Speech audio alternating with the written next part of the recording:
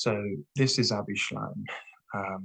He is Israeli-British, and his sort of family are Iraqi Jewish. So he has he sort of his family history is as a Jew within a broadly Arab part of the world,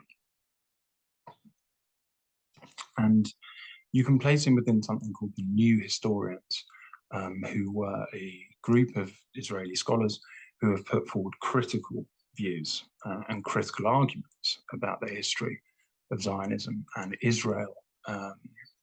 Avi Schleim goes so far to say that Israel is colonial, undergoing colonial expansion, which is quite a controversial argument, but again, it is one that you'll hear relatively often, I suppose.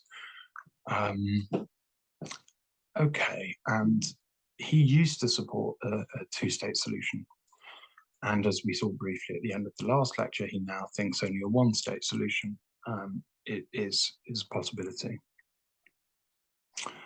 So here's a good quote on that. He says, "The best hope for resolving the century-old conflict between Jews and Palestinians lies not in the partition of Palestine, but in building one democratic state from the river to the sea, with equal rights for all its citizens, regardless of religion or ethnicity."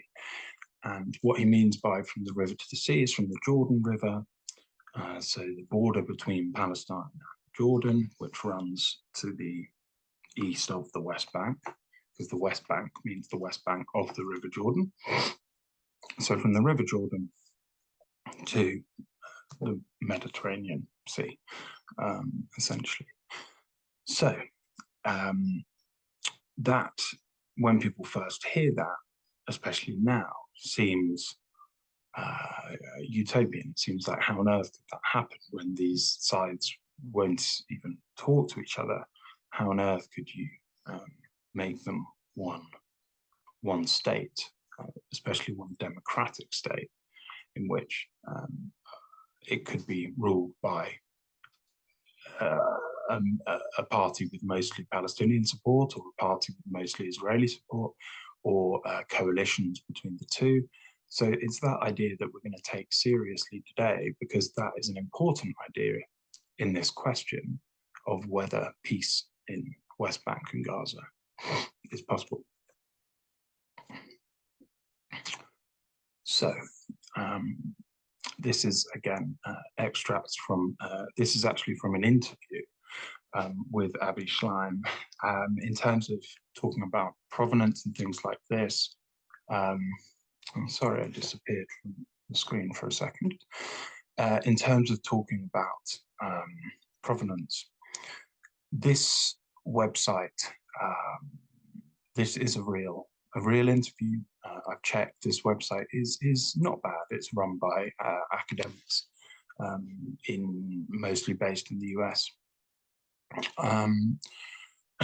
But you do have to, really investigate, especially stuff that you see online, but even stuff in published books.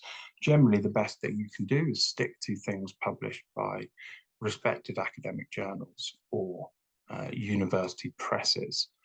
However,